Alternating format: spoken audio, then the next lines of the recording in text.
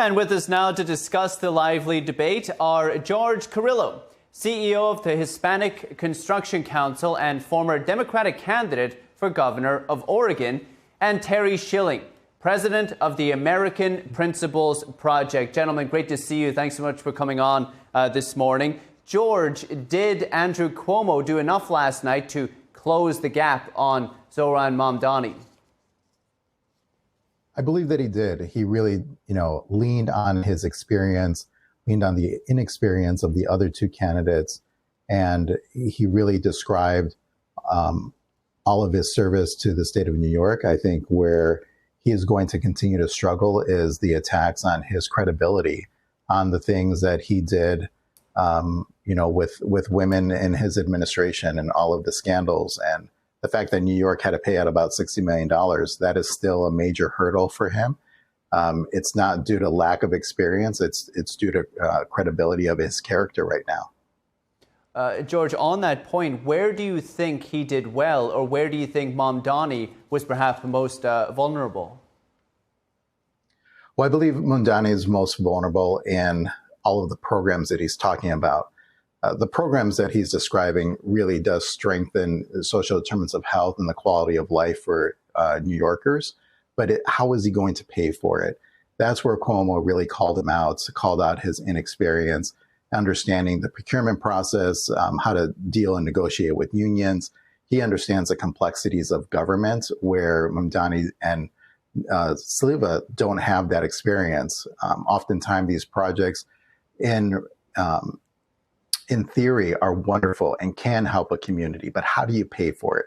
How do you push those policies and make sure that the implementation is actually going to do some good? And that's where I believe Mamdani is a little bit vague on and has some weakness. Terry, Mamdani is a Democratic socialist. He was asked in the debate how he would be mayor of Wall Street. He said he would be a mayor for the entire city. But did he do enough to ease the concerns of the business community? No, I don't think there's enough that Mamdani is going to be able to do to ease the concerns of a lot of communities, especially the people that are in charge of employing people. Mamdani is an absolute disaster. He will destroy New York. I think it's obvious, but not just from an economic standpoint. I think that's all the Democratic socialists. It's an interesting term to use here. It's clouding everything else. He has a worse cultural agenda. Right, he is someone that's pledged to spend over $68 million per year in taxpayer funding for sex change procedures. That's insane. New Yorkers work very hard for their money. He's pledging to legalize prostitution, right? These things are not, first of all, legalizing prostitution is creating a prostitution industry where there will be corporate boards, there will be corporations that are putting women out on the streets. There'll be OnlyFans, except on every street corner. This guy is a disaster economically, but also, more importantly, culturally. George, on those points, last night during the debate, Andrew Cuomo told Mamdani he's not a Democrat, seemingly to separate these more controversial ideas from what Democrats, as Cuomo may put it, is the more mainstream beliefs and views. How do you see that? Well, I do believe that Mamdani's views, I believe that he is a Democrat. I think his views do lean a little bit further to the left, out of my own comfort zone at times, just like what was commented here about sex trade and the potential of legalizing it. Some of these heinous crimes or industries, just like how Oregon has been sort of this test pilot for legalizing hard drugs. It's proven not to be an effective strategy. I don't believe legalizing prostitution is another effective strategy. If we're going to talk about keeping communities safe, we have to have a mixture of both law enforcement having the right laws on the books, but also protecting victims. Just like with sex trade, women are the trade victims here. There are other entities that we need to be concentrating in. What system are we going to create that creates protection for those women? And what's going to keep our communities safe to where our children are not being exposed to that type of industry? We definitely don't want to see corporate boards and companies now coming into the fold where we know that this happens on a daily basis, but we shouldn't be promoting it. There's a better way of doing this. Terry, my assumption is that probably of the three candidates on the stage last night, probably Curtis Sliwa probably appealed to you most of all, I would guess. That's my assumption. It seems like New York City is likely not going to vote for a Republican candidate this time. If Sliwa is as concerned about Mamdani as you are, does he need to drop out of the race eventually? Well, listen, Sliwa has answered this question a few times now, and he's not backing away. He feels very strongly that he should be in the race. He does have supporters, and so at this point, I actually, because of how Cuomo was governor of New York, I don't think it's guaranteed that every single, supporter of Curtis Sliwa would jump over to support Cuomo right away. Because he's a Democrat, and as a governor of New York, he was a left-wing progressive Democrat. There's no hiding that. He's more moderate than Zohran Mamdani, but that's not saying very much because Mamdani is an extremist and he's a radical across the spectrum. So look, I'm not going to jump on the bandwagon and say that Curtis Sliwa needs to drop out to save New York City. I actually don't think it would have that big of an impact because Cuomo is not appealing to people who are supporting Curtis Sliwa.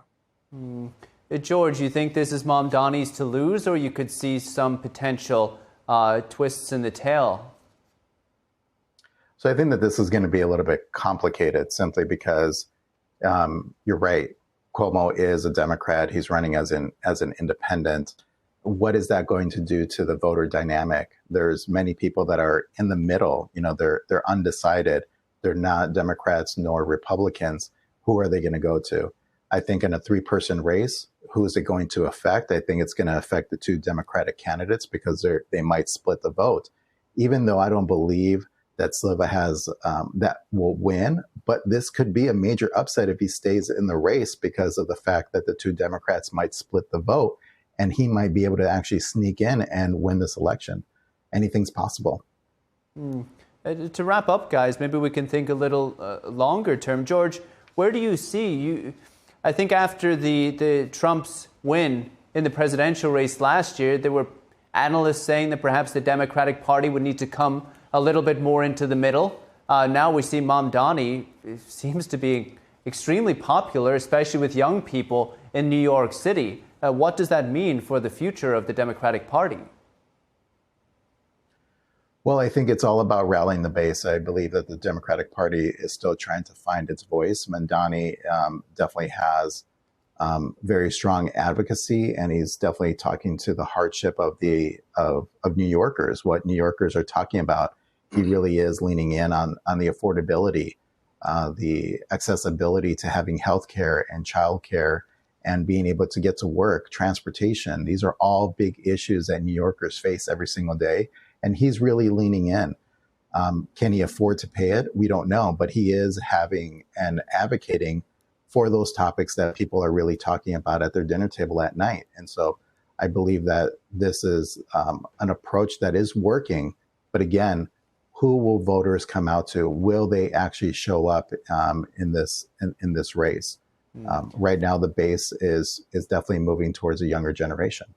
Well, you said it, George. Even during the debate last night, the moderators pushed back on some of Mamdani's plans, saying that Governor Hochul has already committed to not raising income taxes on New Yorkers, which is a big part of how Mamdani is going to fund a lot of this. Terry, last question. Got about a minute. What about turnout? How important is it, and how are any of the candidates going to get their base out to actually vote? Well, I think, unfortunately, for New York, they have a history of incredibly low voter turnout. And that's what it actually allows for candidates like Zohran Mamdani and even Bill de Blasio, that fraud and crookster, to get into the mayor's mansion. So, look, voter turnout, I think, is going to be low. It might be increased a little bit because of the excitement about Zohran Mamdani. But at the end of the day, I think New York has, I'm not very optimistic that Zohran Mamdani will lose. But I am optimistic in the long term for the state of New York. I think that someone like Elise Stefanik will have the wind at her back going up against Kathy Hochul if Mamdani wins this race, because he's going to wreak destruction on New York City. It will be the talk of the town. It will be the primary election, the 2026 governor's race, and I think it'll really help Elise Stefanik defeat Kathy Hochul. It's a fascinating race. Terry and George, gentlemen, thank you. Thank you. Thanks for having us.